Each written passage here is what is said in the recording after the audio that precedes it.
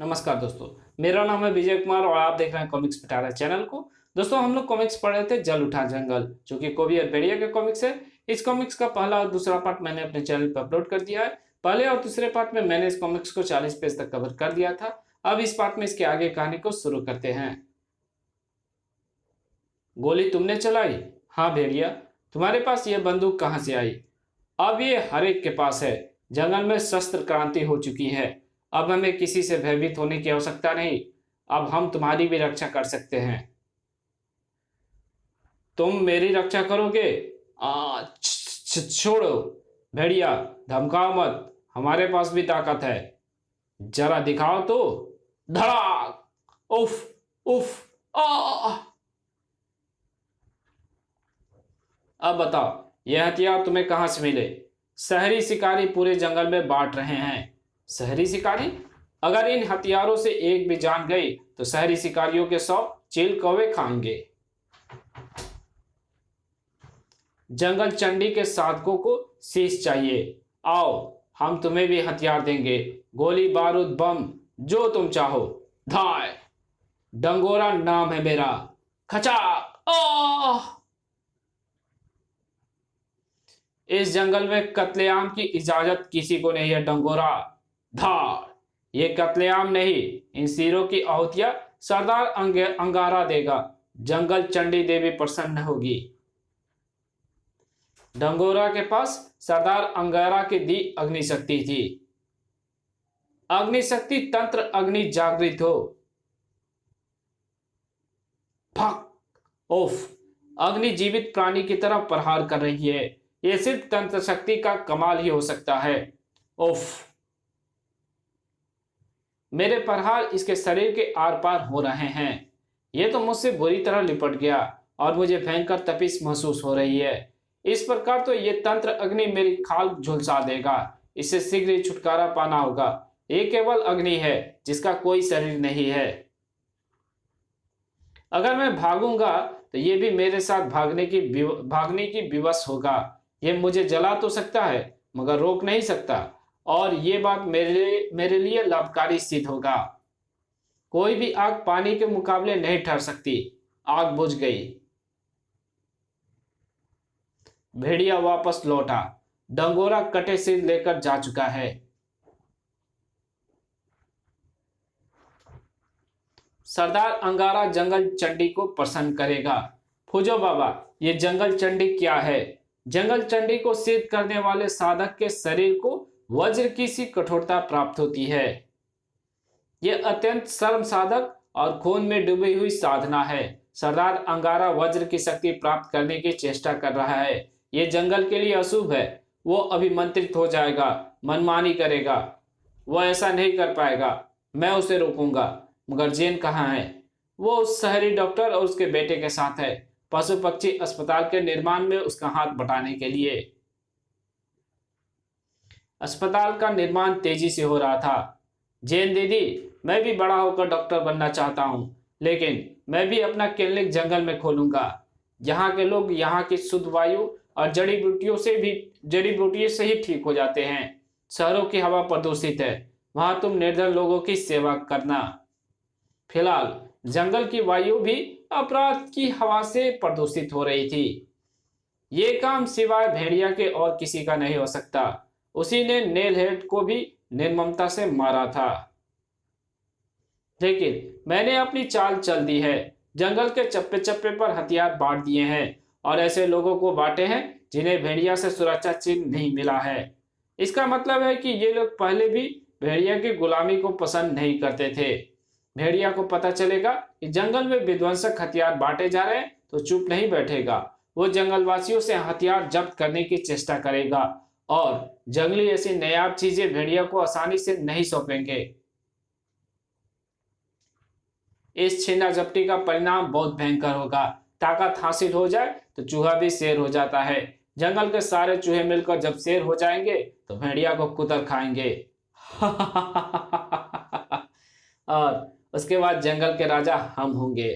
जाओ, हथियारबंद जंगलियों में यह संदेश फैला दो कि अपनी निशानेबाजी का अभ्यास जानवरों पर करें। फिर उन जानवरों की कीमती खालों, सींगों एवं दांतों का प्रयोग हम करेंगे। जंगल की शांति बुरी तरह भंग होने वाली थी।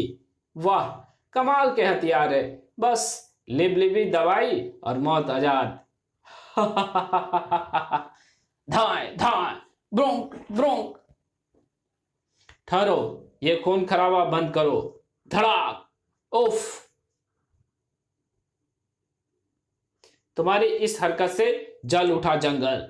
धाए धाए। जंगल तो तुम्हारी हरकतों से जल रहा है, अब तो हम उस आग पर पानी डाल रहे हैं। जंगल में पाबंदियां हमें स्वीकार नहीं, अब हमारे पास ताकत है, तुम हमें रोक नहीं सकते। बूम, उफ। भून डालो भेड़िया को। धाए धाए, थर थर थर थर थर थर थर। उफ, कई गोलियों ने भेड़िया के जिस्म में शरण ले ली थी। घबराओ नहीं भेड़िया। धाए धाए धाए, मैं आ गया हूं। धार धार, आ, खत्म कर दो इसे भी। अरे बाप रे, बम। जिंग जिंग जिंग, बैंग बैंग बैंग। अरे बाप रे,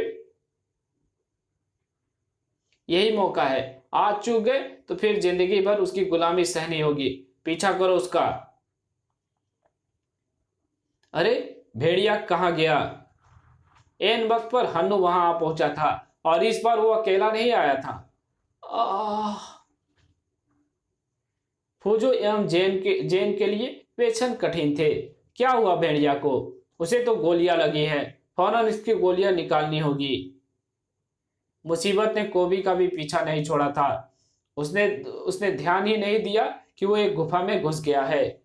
इनके शस्त्रों से मुझे डरपोक बिल्ला बना दिया है। कोबी, लानत है तुम पर। कोबी से पंगा ले लिया है इन्होंने, पर मैं इनको छोड़ूंगा नहीं।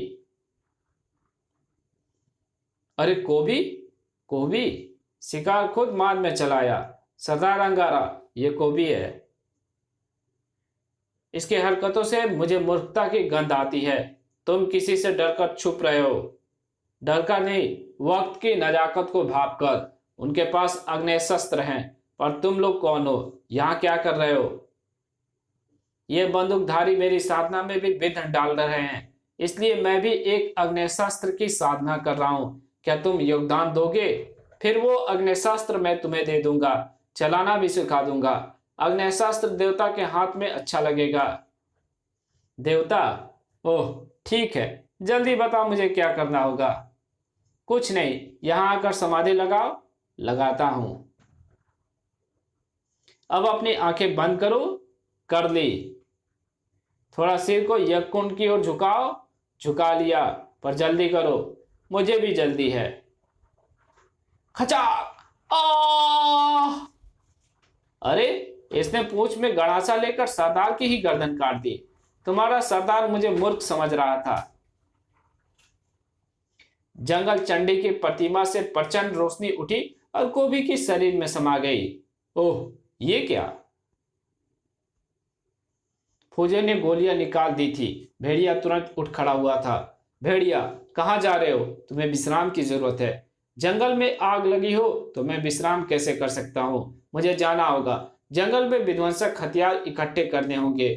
हन्नू कुछ कह रहा है। ची ची। जंगल में उत्तरी छोर पर शिकारी कैंप लगा है। शिकारी यहां भी थे, इसे खत्म कर दो। अरे मेरे शरीर से टकराकर भाले टूट गए। आखिरी आहुति इसने दी है, इसलिए इसे जंगल चंडी की शक्ति मिल गई है। उफ, हे भेड़िया देवता मदन, वो रहा, भून डालो। मुझ पर गोलियों का कोई असर नहीं हो रहा। अब आ जाओ मैदान में, अब तुम्हारी खैर नहीं। हिया, धार धार, उफ, आ। शिकारियों का बेस कैंप। चाल कामयाब रही पोचर। हमारे वितरित किए गए शस्त्रों से जंगली उत्साह से भर उठे हैं और जमकर शिकार कर रहे हैं। गुड। ये देखो पोचर, सिर्फ 2 घंटे में बिना मेहनत किए इतने शिकार मिल गए। Good, very good. और मुझे तुम मिल गए शैतान पोचर। भेड़िया, उफ, तुम जैसे जंगली जानवरों को काबू में करना मुझे अच्छी तरह से आता है भेड़िया। तेरा सिर कुचलने के लिए मेरे पास स्टील की ताकत है। भेड़िया, उठो भेड़िया, हम तुम्हारे साथ हैं। हम इस शैतान पोचर को निरीह पशुओं का खून नहीं बहाने देंगे। तुम सब मारे जाओगे। मैं पूरे जंगल में हथियार बांटूंगा। इस जंगल पर मेरा अधिकार होगा। सबसे पहले भेड़िया मरेगा। जिंग जिंग जिंग जिंग। अब भेड़िया कैसे मरेगा? कोबी, कोबी, सारी गोलियां कोबी ने झेल ली थी। सबसे पहले तू मरेगा, लोहे के शैतान। तो तू है वो जालिम इंसान जो सबको ऐसे हथियार बांट रहा है। टना, फायर, भून दो इसे। आओ भूनो। कोबी पर गोलियों का असर क्यों नहीं हो रहा? उसके साथ कैसा भी करिश्मा हो सकता है।